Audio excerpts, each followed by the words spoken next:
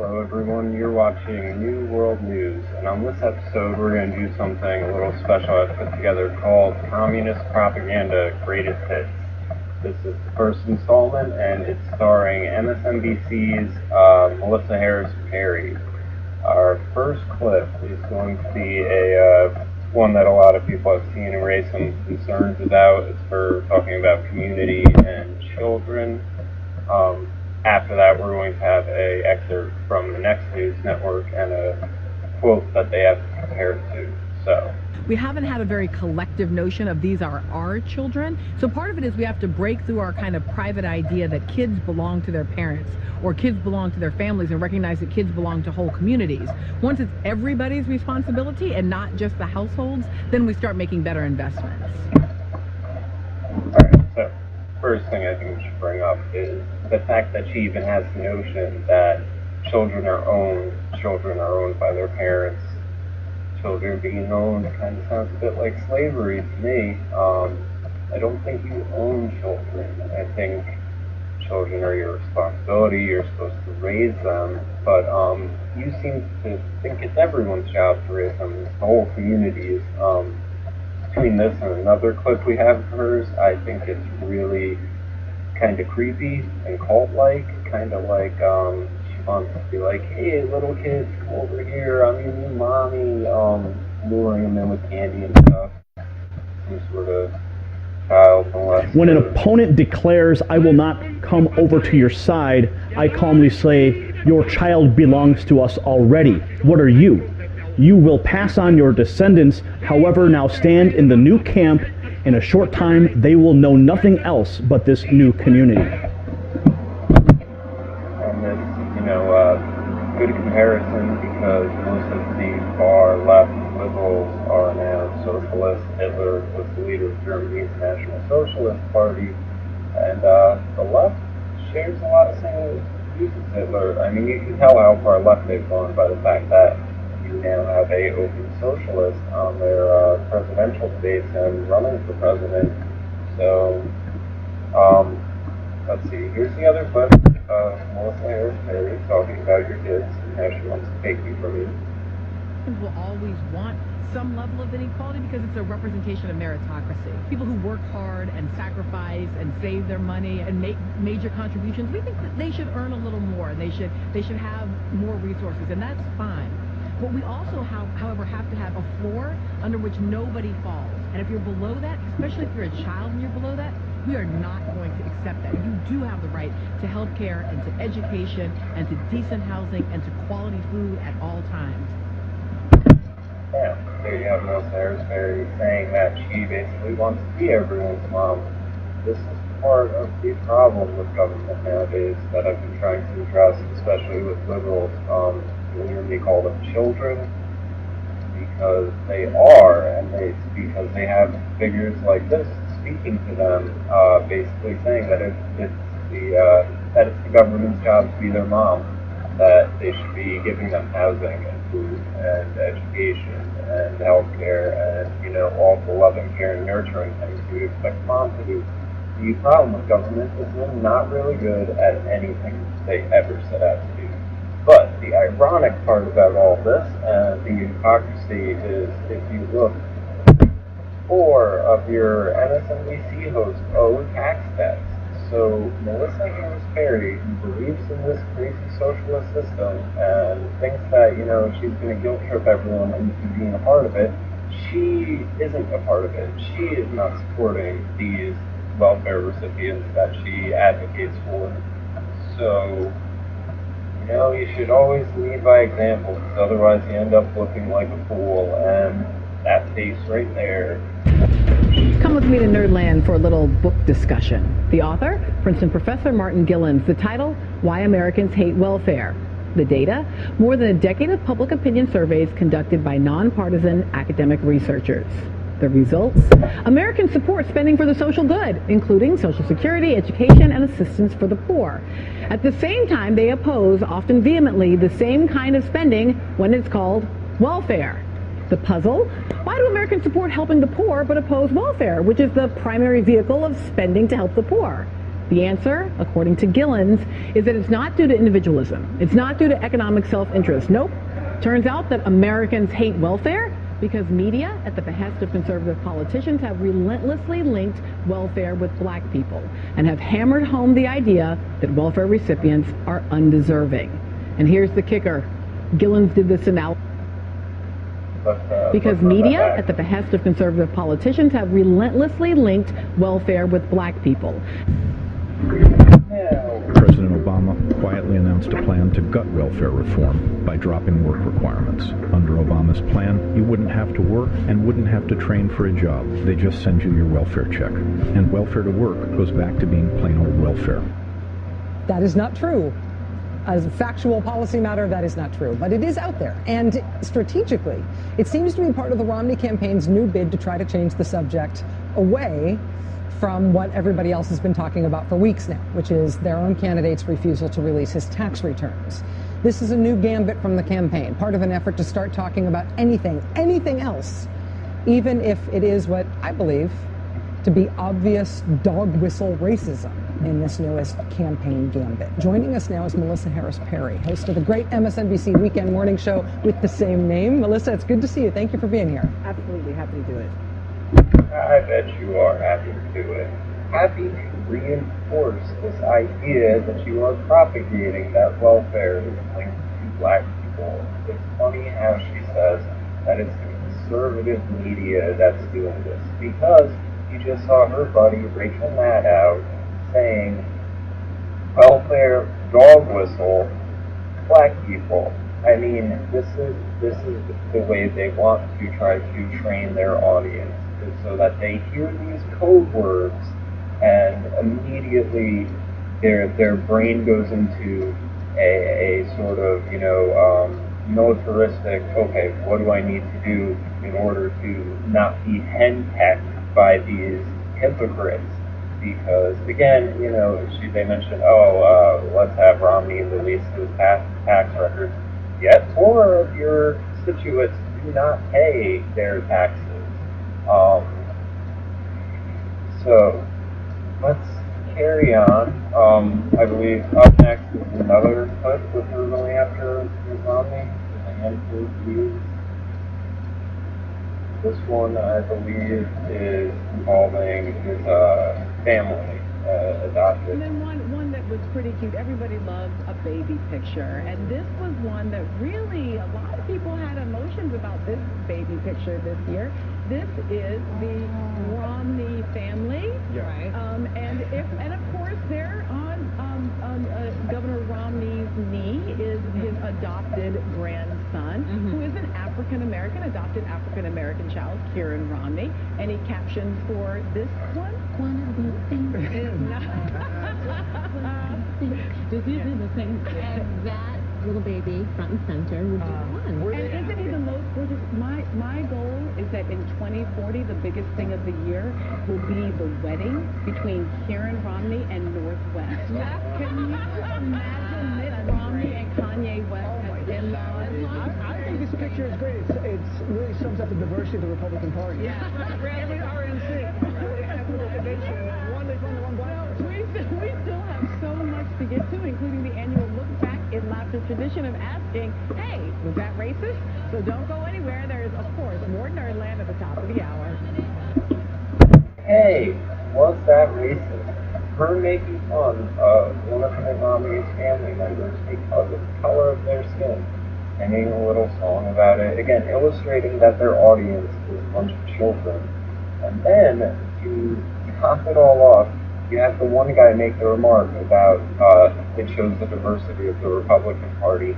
So I think we should highlight, if you look at the 2016 GOP debates, you have Dr. Ben Carson, who's a brain surgeon. You have Donald Trump, who's, whatever he does, entrepreneur, mogul, whatnot. You have Governor Christie. You have Rand Paul. You have Rubio and Cruz. You have Carly Fiorina. You have, Hispanics, a black man who's a brain surgeon. You have a woman. You have so much diversity in both career choices and, ethnic backgrounds, as if it matters. That's, it's irrelevant. But if you look at the Democrats, you have all career politicians, all people who have done nothing except live, breathe, and, politics every day. And they're all old white men. And we might as well just include Hillary in that statement because she might as well be one. Hillary, the only thing I'm going to say about her is if you look at her response to taking out Gaddafi, we came, we saw, he died. If one of the soldiers involved in that operation, one of the people doing her dirty work, came out with a remark like that, they would be court-martialed, they would be possibly discharged, institutionalized. Like, you would not be allowed to be then holding weaponry and things like that because they think you're fucking crazy. And that's the thing. Hillary Clinton is fucking crazy. She should be in a straitjacket somewhere, not up on a stage lecturing people and saying she empowers women or anything of the such. So, this next clip, before we get into this, I'll also point out, Melissa Harris Perry was forced to apologize for making fun of Mitt Romney's family. She was on air crying about it, but, she was probably just crying because her job was threatened. Here we're going to see her bully some more, and that's what she is. She's a bully. She thinks because she sits there in, horn-rimmed glasses, lisping at people and patronizing black people, that she's not a bully, but in fact that's what she is. It's just in the 21st century, tyrants are no longer screaming and yelling at you, they're pandering to you and, treating you like infantile. So here she is, making some more racist remarks and a jackass. Mitt Romney has been called many things in 2012 and beyond, but I'm going to go with here on Berlin is the first time he was ever called a Negro. Spelled K-N-E-E-G-R-O-W. He doesn't have that on his business card? Was that just a rumor? This is going to give him so much clout when he goes back to the NAACP. Alright, here you have her calling Mitt Romney a Negro and thinking it's funny because she makes some remark about spelling it with a K instead of with an N. And the point that this is going to illustrate with the next clip is the fact that the left and their hatred of freedom, they are constantly trying to co-opt words. The N-word is a great example because they like to pick and choose when it's appropriate, who's it's appropriate for, if it's okay in what context, and regardless, it's anti-free speech. I will say I personally think it's a little tasteless to be used. You should be polite if something is going to offend people, might as well, you might as well not say it, but you have people that this day and age want to be professionally offended for the sake of attention seeking. So here's another clip of her where she's going to show how far she will go with trying to co-opt language. She's going to wrangle the current Republican Party into but let's be fair. If there's somebody who is a hard worker, when he goes to Washington, is Paul Ryan. Not only works for the Republicans, but Democrats. As well, very well that I work on the immigration issue, trying to get Republicans to support immigration reform. Paul Ryan is somebody who has supported immigration reform, has worked with somebody like Luis Gutierrez. Luis Gutierrez is very respectful, speaks highly of Paul Ryan. This is somebody who's trying to govern. Alfonso, I feel you, but I just want to pause on one thing, because I don't disagree with you that I actually think Mr. Ryan is a great choice for this role. But I want us to be super careful when we use the language hard worker. Because, I actually keep an image of folks working in cotton fields on my office wall because it is a reminder about what hard work looks like. So I feel you that he's a hard worker. I do, but in the context of relative privilege. And I just want to point out that when you talk about work-life balance and being a hard worker, the moms who don't have health care, who are working on, I understand that. But we don't call them hard workers. We call them failures. We call them people who are sucking off the system.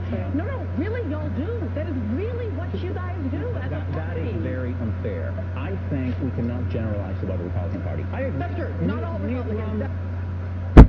Really, y'all do.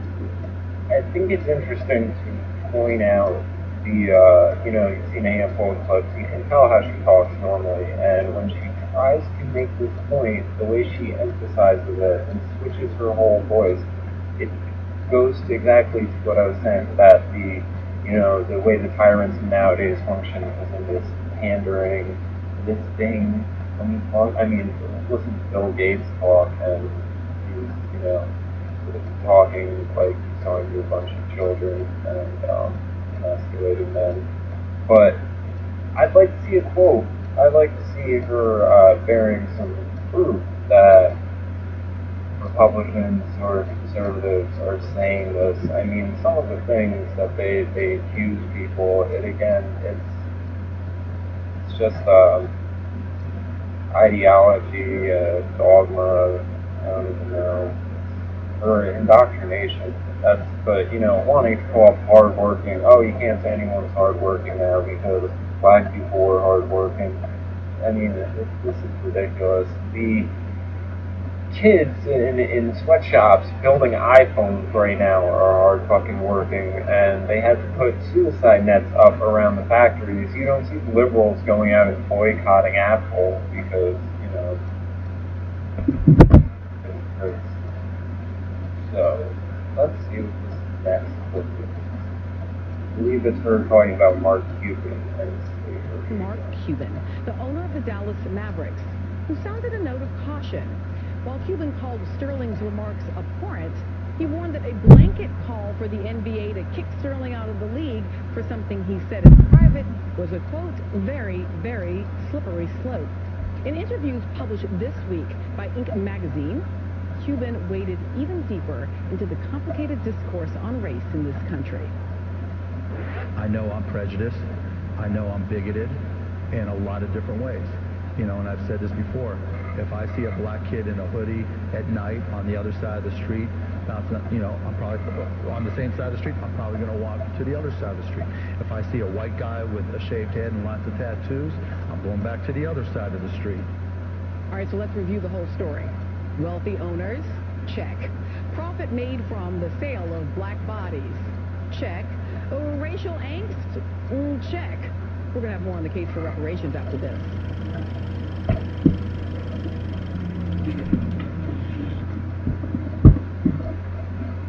Alright, so let's think about this for a minute. Equating slavery to the NBA. I know lots of kids that dreamt of being NBA players. Don't think any Africans dreamt of their tribesmen selling them out and selling them to white men for slavery. The one point I will hand it to her for bringing up, though, wealthy owners. And that's one of the things that people really need to grasp when it comes to slavery. The average person did not have slaves. It was the wealthy. It was the people who nowadays probably still have slaves. I would think the Queen of England has some slaves. I mean, even if they're just people tending to her organic gardens and, cleaning the castles. There's the statement when some of your economic income goes to food and housing, that's no longer, when some of your income goes to food and housing, it's no longer an economic opportunity, but slavery. I think most people are living under those conditions.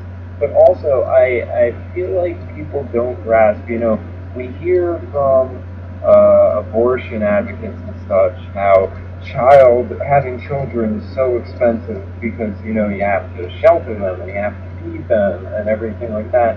And if you look at things in that manner, it obviously must have been expensive to have a plantation because you're taking care of your family and everything like that, and you're also taking care of all of these workers, because it would make sense that you don't want, the workers to be in a capacity where they can't work. Like, they were doing specific breeding, from what I've heard. So they were obviously paying attention to the dynamic. It's not that they were like just capturing them and then letting them live in squalor and getting a free replacement. Again, there was an economic process going on there, so there were obviously trade-offs, pros and cons. I'm not trying to rationalize any of it, but we look at it with just so much emotion all the time that I think it really blinds us to the different dynamics of it. And again, that most people did not have slaves. They couldn't afford it. They weren't that affluent, and everything. Also, her, body is being sold, the NBA, again, like, these people are there on their own accord. They wanted to be basketball players. She is trivializing actual racism. Let's just carry on. There's so much you can say about that. It's so ridiculous.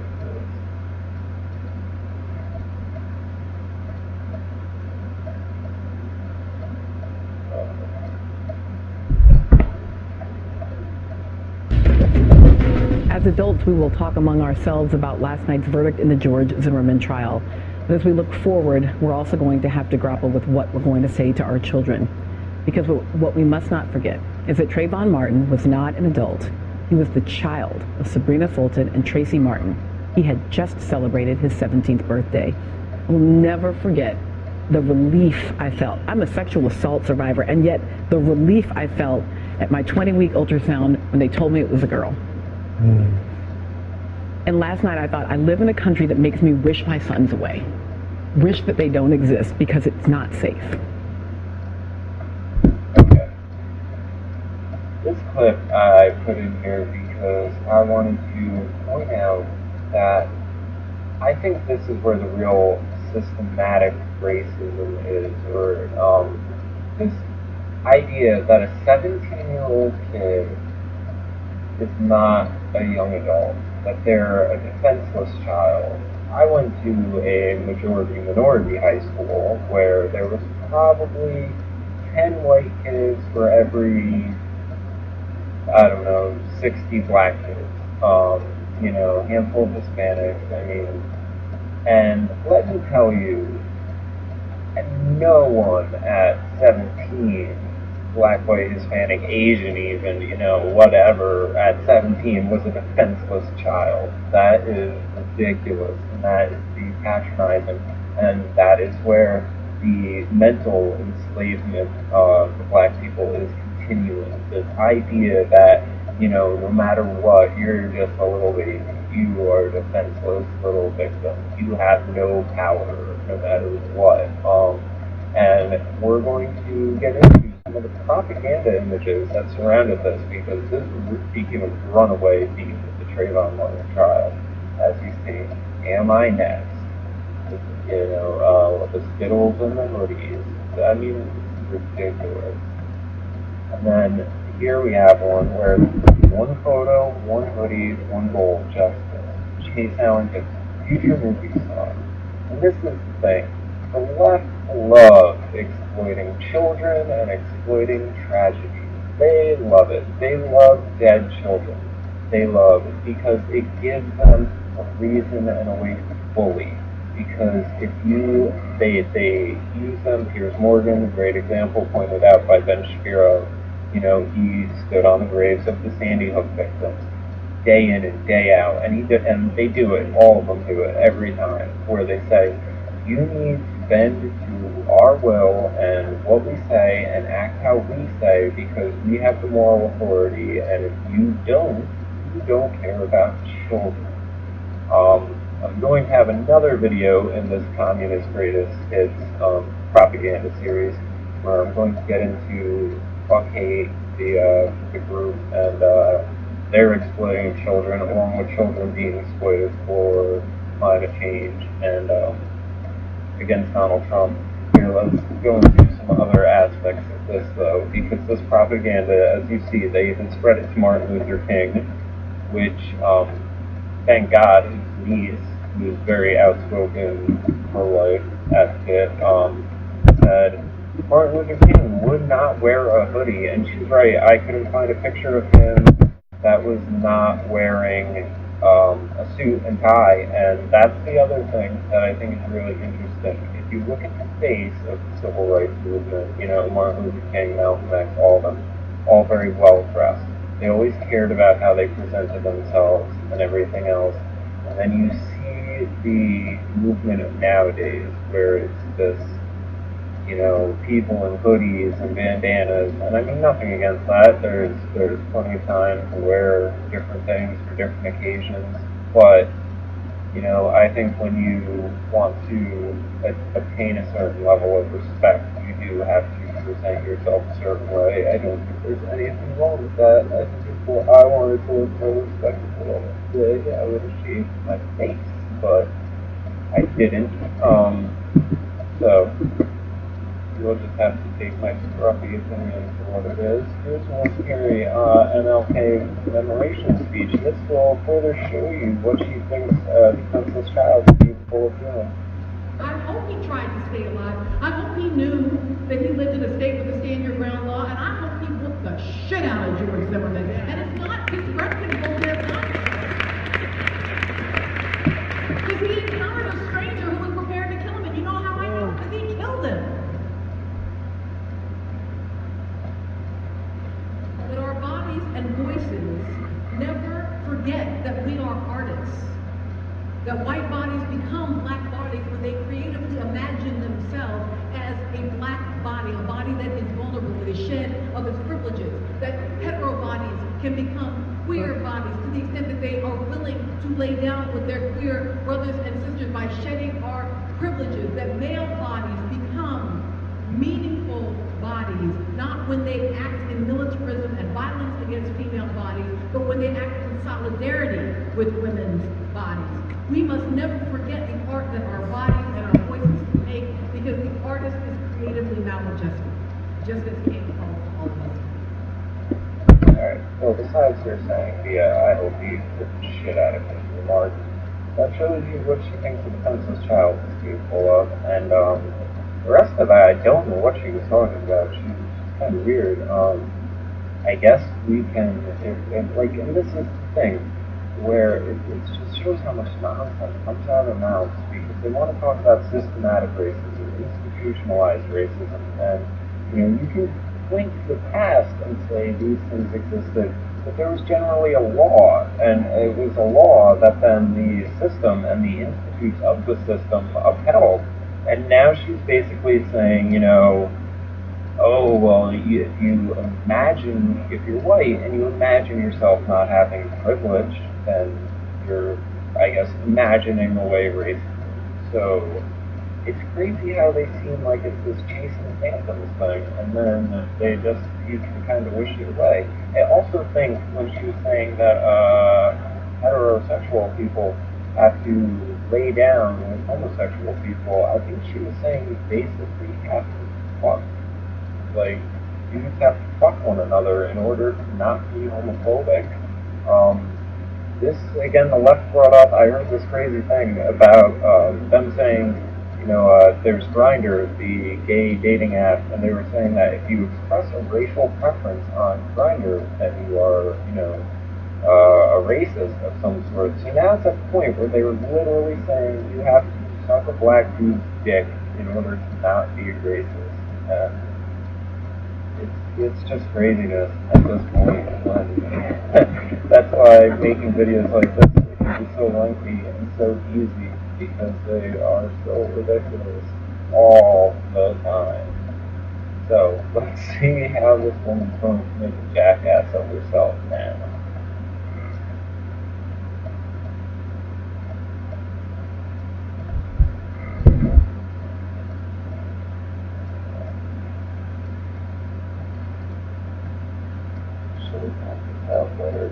Next time when I do all the with pausing and What I whatnot. want to say very publicly here is that this logic of what we're talking about with abortion is wrong. Because if you're going to tell a woman you can't get an abortion and you're going to take away all the benefits, you're going to take away the gynecological health, you're going to strip away everything, you're going to create a nation of women who are going to be trapped, and none of you care about the babies that will birth, and you won't care about the babies you're saving. Because once they get here, you don't give a damn about them. That's exactly right. And I never have understood how anybody gets a seat at any decision-making table by saying two different things. One, I'm not a doctor and I know nothing about science, but, okay, out.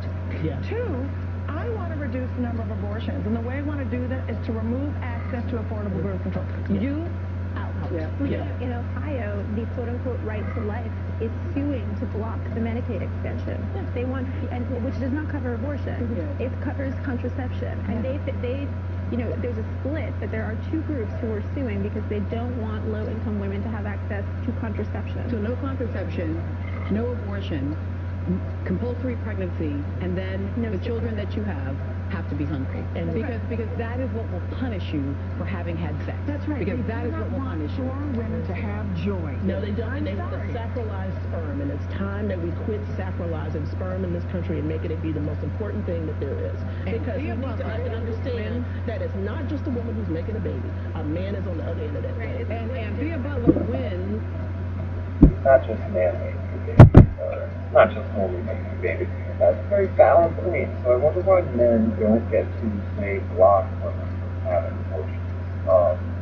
They don't have any say when it comes to that, and that's one of the problems.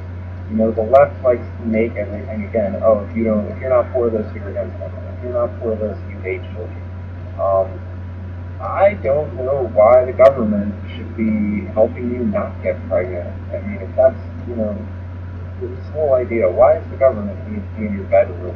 Why do, again, Alveda King, Martin Luther King's niece, she, I remember hearing her talk, and she had mentioned that there's actually a very small window where women can get pregnant. You know, sperm can live inside of a woman for a couple days, but you can time it out and have it, you know, so you don't get pregnant. There's natural methods.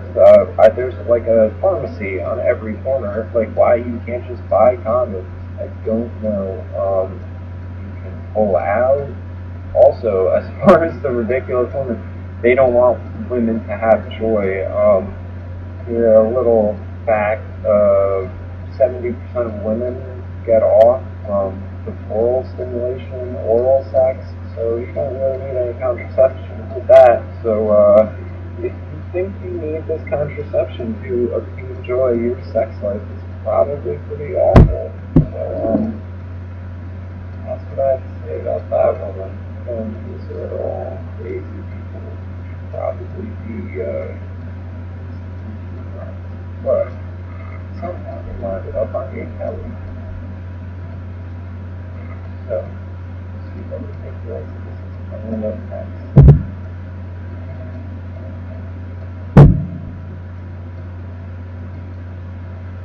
Counterterrorism. So if we're going to call this terrorism, how do we counter it? We talk about a war on terror. It doesn't look anything like how we might imagine what we need to do in this space. Well, we're going to have to counter it, and we do. Law enforcement does counter political extremism here in the United States in the exact same way that they do with political extremists who are infiltrated into the United States, who may come from a religious motivation, you know, as we saw overseas in Europe. But the same methodologies have to be used. You can't differentiate between an Islamic terrorist and a Christian terrorist, or a politically motivated terrorist who is anti-abortion, or someone who may have differing views. So the intelligence collection processes are the same. There's actually some fluidity here in the United States using local intelligence against them. But you still have to infiltrate these groups. You still have to collect intelligence as you see fit. And they are organized. They're very well organized in the anti-abortion movement. Ideologically, they're almost, you know, the same. And that's where we see these spurts of violence. Thank you to Malcolm Nance in Philadelphia. All right, there you have her equating Muslim extremists to Christian pro-life extremists. And I think it's funny because if you look, let's just say that Westboro Baptist Church is the most extremist Christian organization is, which I think, as far as the media goes, definitely they give them enough headlines. If you look at their Wikipedia page, I believe their congregation is 73 members strong. Let's give them the benefit of the doubt, though. It's like 100 members. Do you really think that's comparable to ISIS? Do you really think that's worth infiltrating? Again, we're paying for this nonsense, taxpayers. Melissa Harris Perry isn't, of course, neither Al Sharpton or anyone else on NBC. But they, that's their enemy. They should be infiltrated. They should be treated like any other terrorist group, even though they are not beheading people. They are not, taking over countries. They are not a standing army with military weapons and oil fields. And, the ISIS is a proxy army funded by the West. Churches are lucky if they can just be tax exempt. This is ridiculous. But she's preying on the ignorance of the viewers. Remember stories like this from the late 1980s? In New York, Tracy Watson, who is 6 months pregnant, smokes crack, cocaine, usually 20 vials, $100 worth a day. She knows the risks to her baby. Chances that the baby could come out premature, deformed. Really is the health, but it can come out addicted too. That was the grim future predicted for the so-called crack babies born to drug-addicted mothers. Infants thought to be doomed for life with developmental and physical disabilities, destined to drop out of school or commit crimes. But that turned out not to be quite true. According to Maureen Black, a professor of pediatrics and epidemiology at the University of Maryland School of Medicine, the crack baby scare was overstated and not substantiated. She is the lead author of a new review of 27 studies covering 5,000 children. The research found only subtle differences in the behavior of kids exposed to cocaine in the womb and those who weren't. In fact, some studies say the cultural assumptions about the crack babies may do more harm than the drug itself. For a closer look at the real impact of drugs on our society, I'm joined by Carl Hart, Associate Professor of Neuroscience and Psychology at Columbia University, and the author of High Price, a neuroscientist's journey of self-discovery that challenges everything you know about drugs in society. Back with me are also former judge and criminal defense attorney William Murphy, Washington correspondent for The Nation magazine John Nichols, and editor-in-chief of GlobalGrind.com Michael Skolnick. So I want to start with you, Carl, because this book was really, in fact, quite intense to read, in part because of moments like challenging our fundamental assumptions, like the crack baby narrative, about what drugs do and don't do to us. What are the big myths we have about drugs? There are multiple myths. I guess one of the biggest myths is that the majority of people who use drugs like crack, heroin, methamphetamine are addicted, when in fact they are not. The vast majority of people who use drugs, for example, 85% or so, do so without a problem. But yet, most of our attention is focused on this small pathological numbers of users. And when you say addiction, the way you define it in the text, you say an addiction is not just about regular use, right? That's just a pattern of behavior. Addiction is when it creates problems in your family life, in your work life, in your sense of self. And so you're saying that for 85% of drug users, that is not the circumstance. That's right. If one of the things that people will help people think about this more reasonably is just think about alcohol. We know people who use alcohol on a daily basis, a glass of wine here and there. I live in New Orleans every exactly.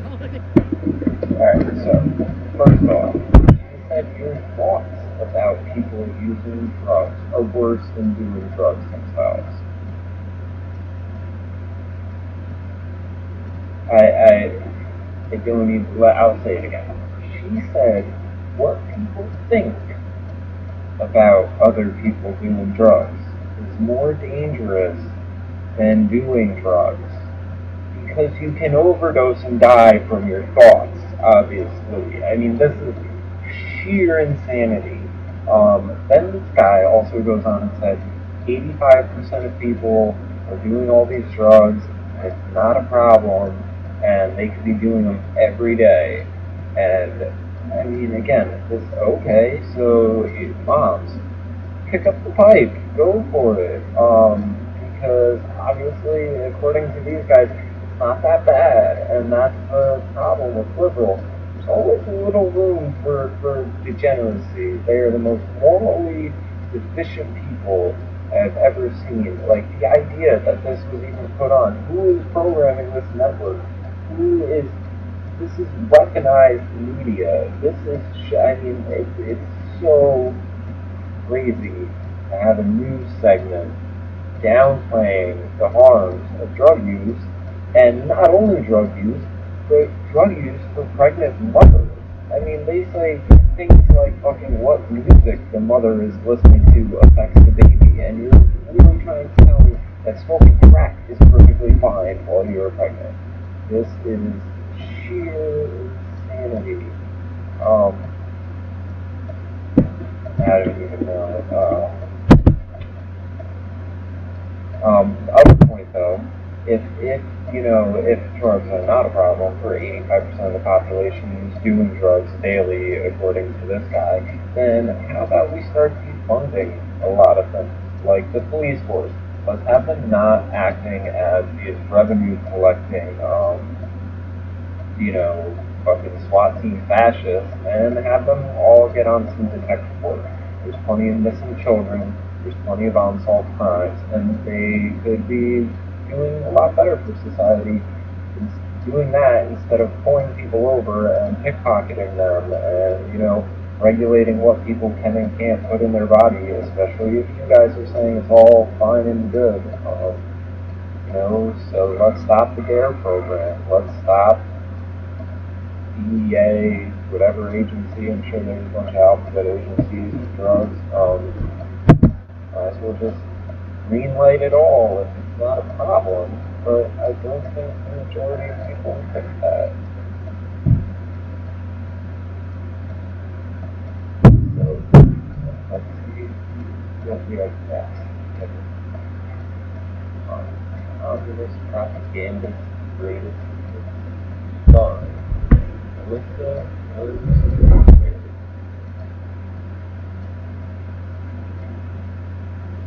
It took about 48 hours after Wednesday's shooting for the FBI to declare that it is investigating the shooting as an act of terrorism. Authorities previously were unsure, saying the shooting may have been terror-related or could have been motivated by something more mundane, namely a workplace dispute. One of the shooters, Syed Farouk, had for years worked with the county health department, and it was the department's holiday party where Farouk and his wife, Malik, opened fire and killed 14 people. But as the investigation continued, the FBI increasingly suspected terrorism. There's a number of pieces of evidence that has essentially pushed us off the cliff to say we are now investigating this as an act of terrorism. Joining me now is Malcolm Nance, Executive Director of the Terror Asymmetrics Project and author of the upcoming book, Defeating ISIS, Who They Are, How They Fight, and What They Believe. Malcolm, obviously we heard from Chris there that there is confusion here, that there seem to be things that don't add up. You've been doing this work for a long time. What are you seeing? There are many things about this story that don't add up. Let's walk it back to the initial attack.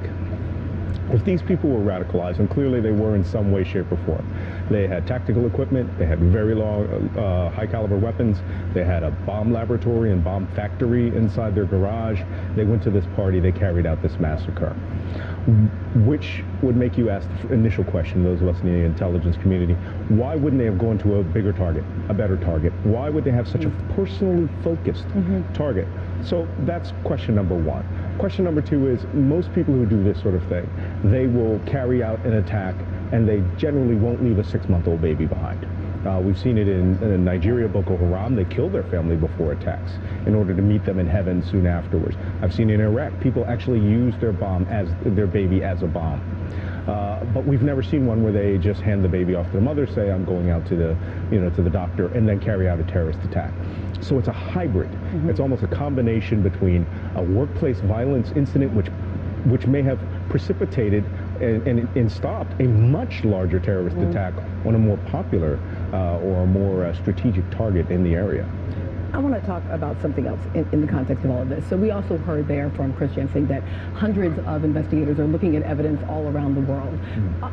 The big thing that happened on air yesterday, though, was that dozens of members of the American media, including some of my colleagues here at MSNBC, went into the home where this couple was living after apparently the FBI had already been through, walked through. There was a live feed of us watching these things. And I guess I am wondering in a moment like that, for me, both whether or not there's any sense that there would be valuable evidence that media would uncover, but also really importantly to me, I keep hearing this language of radicalization. Right. And I found those images very hard to watch, very distressing and disturbing about who we are. I don't know if I added this in here because I forgot this was on this tail end, and it's funny because she says images and who we are, and mentions having a Quran. And in another clip where she's giving a speech, and it might be in here, but she says that she was raised Unitarian Catholic or something like that, and it just shows that she's probably neither. She's probably an atheist, probably believes in the Big Bang and follows science like religion, like most liberals do. But she's opportunistic. She will be whatever she needs to be to help validate her point. You saw that earlier. Not saying she's lying, saying she's a sexual assault survivor, but on the liberal mindset, a guy saying, "Hey," when you don't want to hear it, is sexual assault. So that could mean a numerous amount of things, and that's the problem the left has done, and it will backfire on them. The fact that they wanted to vague things out so much that it trivializes actual problems. The one thing with that guy, why didn't they kill more people? Like, this terrorist attack, it's not enough dead people, 14 or 12 or whatever it was, isn't enough for you? What, you want 22? And so insane. It shows how opportunistic they are. And him being like, oh, well, it's like a hybrid of personal stuff and radicalization. Yeah, here's the simple answer for you, dick. How about if let's just say, to be devil's advocate, that they hate Westerners because they hate us because of our freedoms, because, that's the narrative. So they want to go out and they want to kill a handful of people. But they've been having a really bad time at work lately because, I don't know, maybe they feel they don't get paid enough. So if you just felt like fucking shit up, why not go there first? I mean, it seems pretty simple. It's basic logic. It's the place he's probably most familiar with outside of his own house. I believe it was a place of housing people with disabilities. It's in California, so it's not well armed or protected or anything like that. These people say. Let's go. I believe this is another clip addressing San Bernardino. Probably one of us here.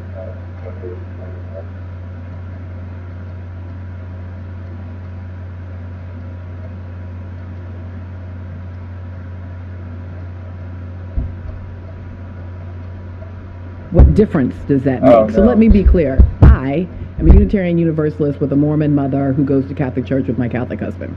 I am not here to convince you of anything religiously. I'm not here to preach a sermon or to convince you that God is. I'm here to draw your attention to the question that the Garden Variety child asks. So what? What difference does it make? So, Unitarian, Mormon, Catholic Church, the law.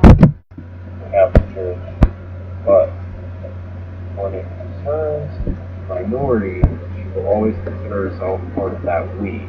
And that goes to the thing in the original video with the community and everything, where they are perfectly capable of representing everyone. As long as you are a victim, you can certainly see the world as oppressed and oppressor.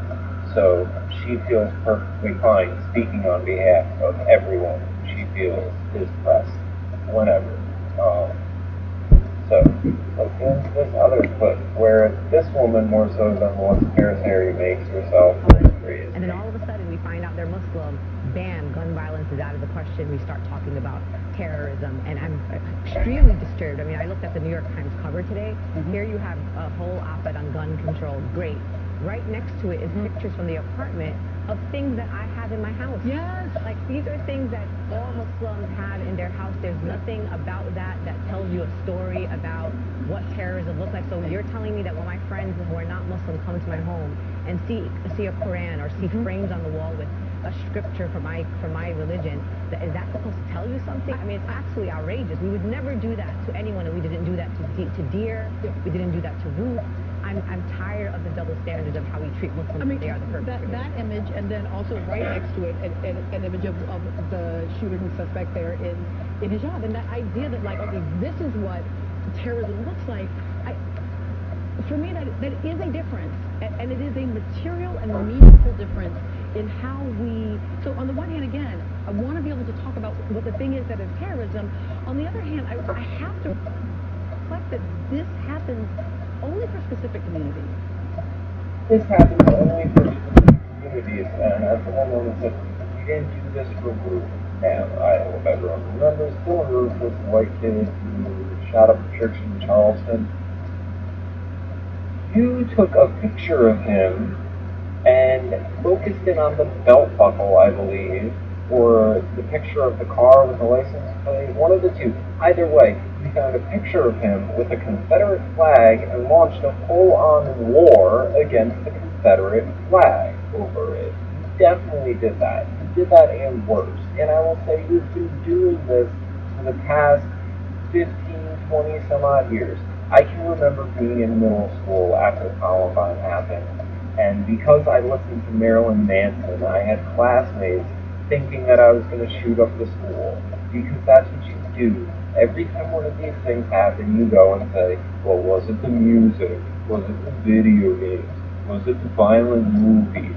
You want to find any reason you can besides personal responsibility, because if there's some other reason, you can write a law for it, and you can ban it, and you can make it, taboo, and all they end up doing is pushing more people towards these things. That's why video games are exploding. That's why Marilyn Manson sold out his tours after Columbine. You do nothing except, you create these straw men, and I mean, they aren't even straw men because they're actually real, they just aren't responsible. And so many people see you promoting these things in a ridiculous manner, and then they end up doing better themselves. So you definitely do that, and it's not only for certain communities. There are some things you don't want to talk about, though, like the fact that Chicago is called Chirac because there's so many shootings going on that it sometimes exceeds levels of actual war zones. Media doesn't want to talk about that, though. You can't criticize Chicago, Barack Obama's hometown. You don't want to let that be known that that place is going to all hell. So, let's see what we got.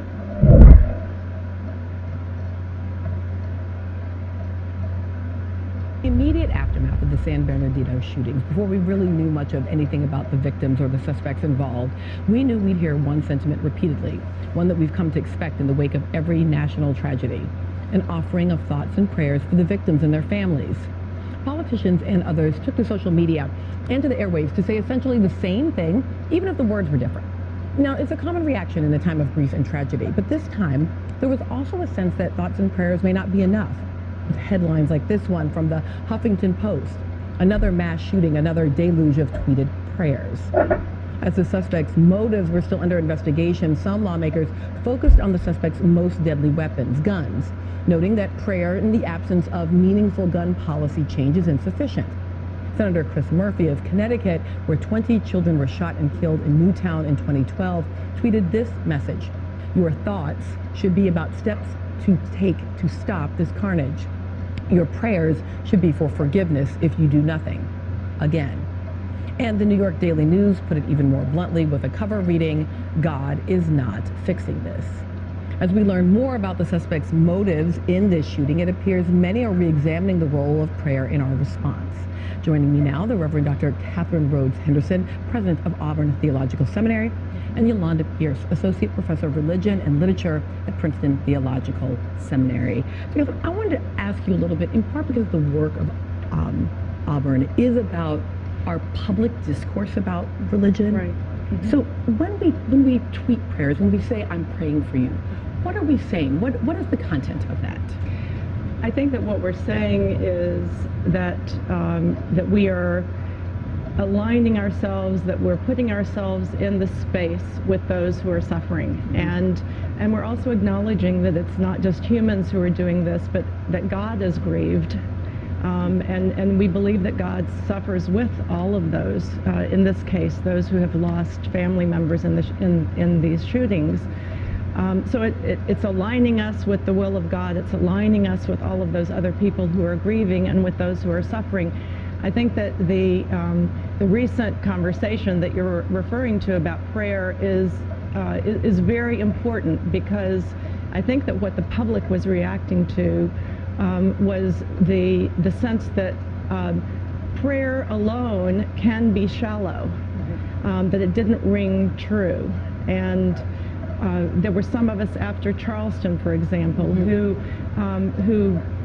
picked up this hashtag prophetic grief, not pathetic grief, where you're not going to do anything, and not just empathetic grief, which is compassion, which is very important, but prophetic grief, where you're actually committed to doing something.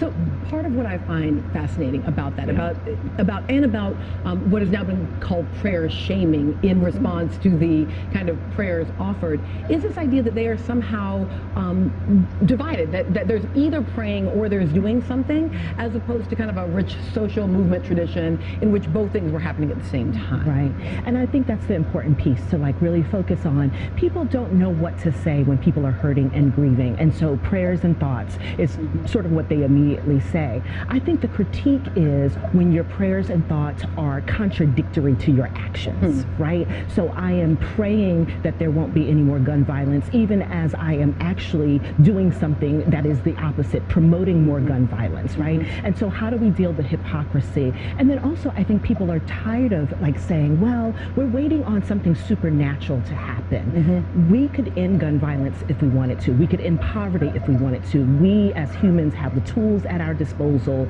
to end these things that grieve us so. And so many people are objecting to this notion that, well, what are we waiting for, right? If we're only saying prayers and thoughts when we have the capacity to make a difference right now. So let me ask about one other aspect of the politics of this prayer question. So prayer, multiple times a day and often publicly, is a pillar of Islam. It is one of the ways that Islam is kind of an identifiable public practice, right? Is this notion of multiple times a day of prayer. And yet, somehow this, so maybe I'm reading this on, so I want you to check me if I'm wrong on this. I keep feeling like when we say I'm praying, that we think we're praying to some kind of God that is anti-Muslim, that is counter-Islam, and that we consistently will see is Muslims in prayer as somehow dangerous, threatening, as opposed to prayerful and sacred practice. That you? Is that what you said? We think we're praying to different gods? I mean, in Catholicism it does say you should only have one God, be whatever. But there's also translation issues where in creation God said, let them make man in our image, so it implies polytheism. But she's doing an awful lot of projecting right here, where she is, basically saying, well, there's the God that, I guess she thinks everyone who's not Islamic is praying to, who's an anti-Islamic God. I mean, again, this is a divide and conquer tactic. More so it shows the bullying nature, where they will opportunistically hop behind a shooting to try to push their gun control agenda, and then basically use God as a arm-bending tactic, and basically completely disrespect people's freedom of religion along the process, and basically God isn't fixing this. So they're basically saying, fuck your God, You better do things our way, or, you know, we're going to tell you that you don't care about dead children and you're a bad person, and, you know, whatever, we'll come up with some ist word or phobia or, you know, whatever. It's so funny. These people act like they care so much for human life, yet your child in the moon, they will go back for eternity if they ever see the light of day. As we're going to close, let's see what we got coming up in this last minute of Melissa Harris Perry's Communist Propagandist Greatest Hits. Oh, that might be it. Oh, I just put a minute in this. Yep. Okay, well, that concludes that. I hope you enjoyed our time watching that special little snowflake, Melissa Harris Perry, and her propaganda, and her making a fool of herself, her exhibiting her racism, hypocrisy, double standards, acting like she cares about people and all she does is patronize them, her thinking that black men are just little children, and, you know, that people, mean old Republicans are hoarding all their money and not helping, hurting welfare moms while she pays nothing in taxes, but she would like these same others to start picking up the crack pipe. Melissa Harris Perry, communist propagandist extraordinaire.